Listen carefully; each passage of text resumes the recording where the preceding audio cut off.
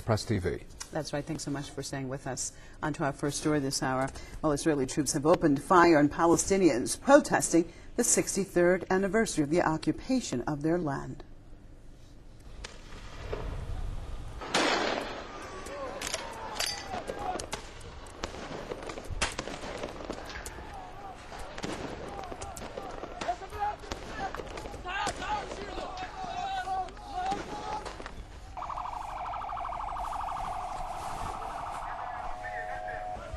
Two Palestinians were shot dead in Gaza when Israeli troops opened fire on protesters. Scores were also injured in the shooting.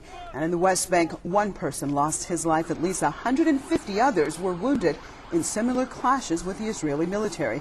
Demonstrators were calling for an end to the Israeli occupation and aggression, as well as the release of all Palestinian prisoners. Hamas's Prime Minister Ismail Haniyeh, in a speech, has urged Palestinians to continue their resistance against the Tel Aviv regime.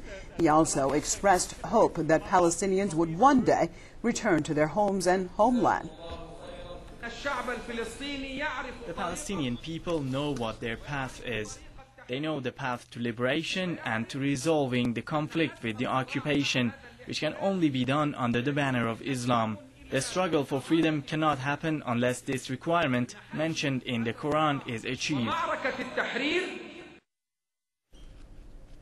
We're going to switch over to London, where Press TV's correspondent Hassan Ghani is standing outside the Israeli embassy there as people are gathering still to protest this day. Hassan, can you fill us in on the latest that you have there?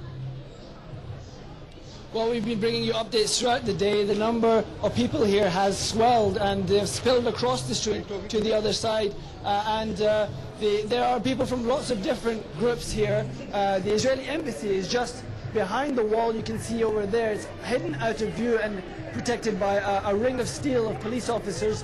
Earlier on, I told you about the arrival of the Nuterai Karta, a group of Orthodox Jews. I have with me one of the rabbis from that group. Sir, can you tell us why you've come to join this protest? I've come here to emphasize solidarity for the Palestinian people, as they are the indigenous people of Palestine, and it was usurped by the Zionists. So we come here to show that we don't agree with them, and we hope that the world will see that it should be justice, and we should get, and the Palestinians should get back all their rights what they should have, because But you know, we saw many people, many pro-Israel people here as well today. Of course, they were smaller in number than this protest. They were saying has a right to exist. What is your view on what they were saying? What they say, it's not right, because as we see that our people, you see that how they are dressed and how they are dressed. They are Zionists. They don't. Jews believe in God, and when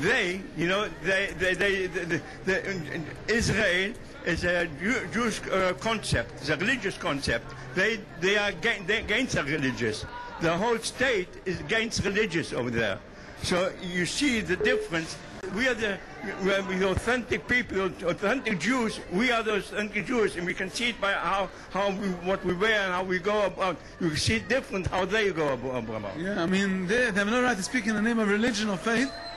And apart from all this, they have no right to take away the rights of the Palestinian people. So Israel has no right to exist if it does not, because it's taking away the rights of the Palestinians, the right of return, and the right to govern, and the right to self-determination. That's why, religiously speaking and humanitarianly speaking, Israel has no right to exist. And I've seen your group here at many protests coming to show solidarity with Palestinians. How do you feel today, given that today is the anniversary of the Nakba? What is your feelings, Rabbi Achhausen, on that? Well, we're very happy that people come out, and say the word, and that makes a big impression. And we shouldn't forget that they are the indigenous people, and we've got the solidarity with them. Yes, I think it's the awakening of people, awakening the people. You see in Egypt, you see people are waking up, and we hope this is going to be a good change for the future. Thank you both. Thank you very much. So as you can see, not just Palestinians here, not just Arabs here, but people from a whole range of backgrounds, including Orthodox Jews who are here to protest against Israel and in solidarity with Palestinians on the anniversary of the Nakba. All right, thanks so much. Press TV's correspondent in London, Hassan Bani. Now we're going to switch over to South Lebanon, where we have Press TV's very own Ali Rizq on the ground there. Ali, can you fill us in on what's going on there? Well, right now the Palestinians who were at the border fence separating them from Israeli settlements, now most of them have retreated back. Of course, the Lebanese army, as we were speaking just before we came on air, and right now firing gunshots into the air in order to disperse all the Palestinians from the area close to the border fence and bring them back up, because their presence around the border fence has actually caused a loss of life. 4 Palestinian people have been killed today, 4 new Palestinian martyrs, and so the Lebanese army did fire warning shots into the air to disperse the Palestinians, and so no Palestinian remains on that border fence where the Israeli military seems to have increased or escalated its presence and did open fire on the Palestinians. Now, it's not known why the Israeli soldiers did respond with gunfire, whether it was a response to Palestinians throwing rocks, whether it was something else. We're not sure why they decided to open fire. There you just heard right now some more warning shots being fired into the air by the Lebanese army to disperse any remaining Palestinian demonstrator who was demonstrating down right near the border fence. There, once again, warning shots being fired. These warning shots you hear, I have to stress once again, are being fired into the air by the Lebanese army to disperse any Palestinian from being down along the border fence, because that would put these Palestinians in danger from Israeli gunfire. The ceremony here is coming to a close. In general, it has been termed as a successful ceremony, a successful gathering. We have many things to note. For example, as I explained before, the Palestinian flag was the only flag present. There was no flag for any particular political party, any particular Palestinian faction, and I think this goes to show what these people wanted or aspire to in the first place. And as I'm talking right now, gunshots again being fired. These people, the organizers, aspired for this to be, or wanted this to be, a Palestinian national struggle with the support of the Lebanese. And in that term, in that perspective, it has been successful because it has shown that it's a Palestinian movement in general, and not a movement affiliated, or not a gathering affiliated with a specific group, whether it be a Lebanese group.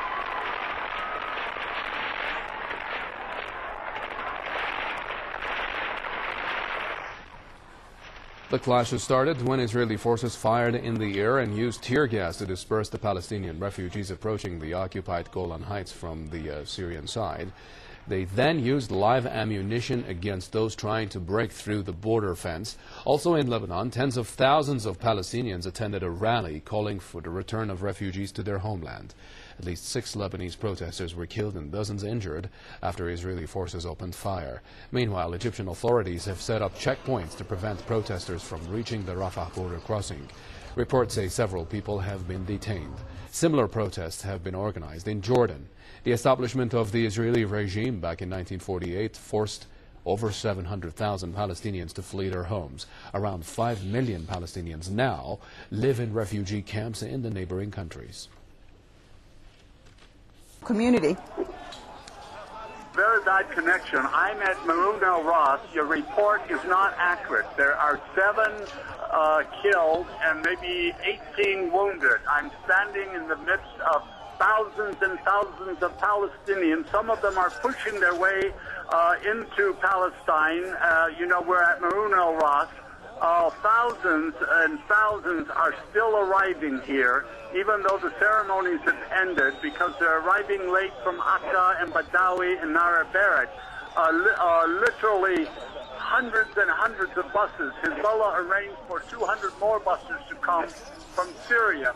Palestinians have come from Syria. They're still arriving. I am amazed at what I am seeing. I am seeing so many babies, so many pregnant women. There are so many buses here that you have to walk the last 4 or 5 miles uphill and through fields. There are people on crutches. There are old people. If anybody thinks that Palestine is not going to be liberated, let them come to Maroun al-Ras this May 15th. This is a historic event. It's similar to the freedom marches that America used to have in the 1960 civil rights movement. The spirit is so great. There's so many youth. This is a momentous historic event. I think it cannot but lead to the liberation because of the Arab and Islamic awakening, and this is part of that awakening. If you could see, I know the press TV is here somewhere, my friend Ali Rizik, but I lost, so you're probably getting some footage. But it's amazing. I've been to a lot of demonstrations. Nothing like this, I think, has ever occurred on this question of Palestine in the past 3 years. Now, Franklin, can you hear me? Yes, yes. Now, on other occasions of the Nakba, there have been commemorations. So you're saying that it's starkly different from previous commemorations of this day? And the reason is, as you know, the Lebanese in the Palestinians have virtually no civil rights. It is a huge crime.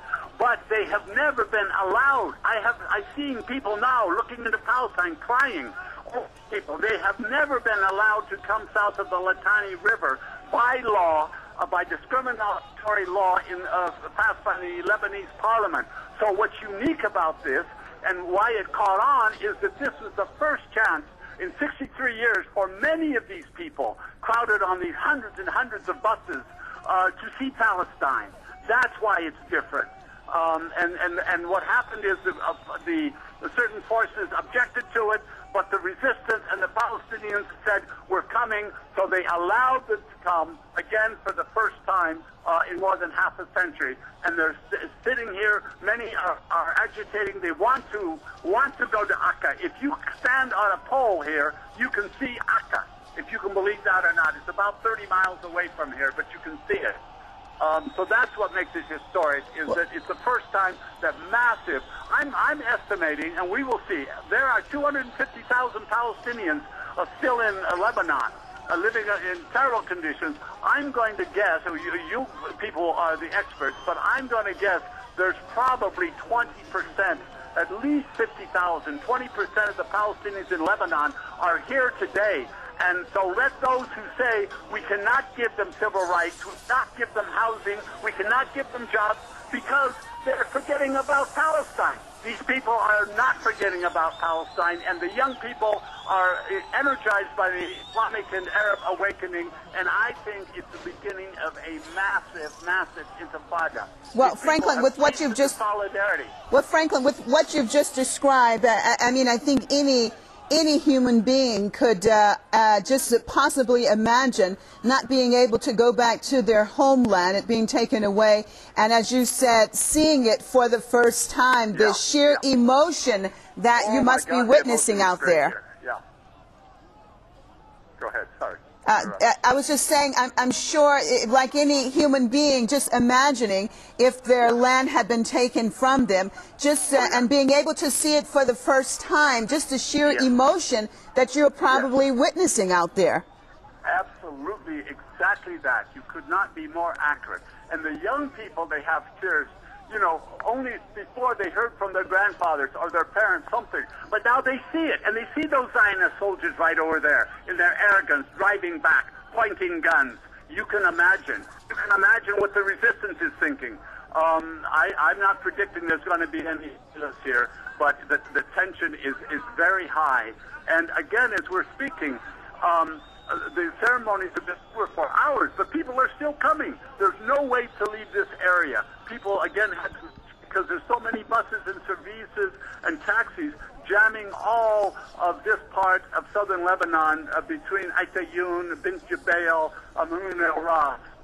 It's really amazing, and people are great solidarity.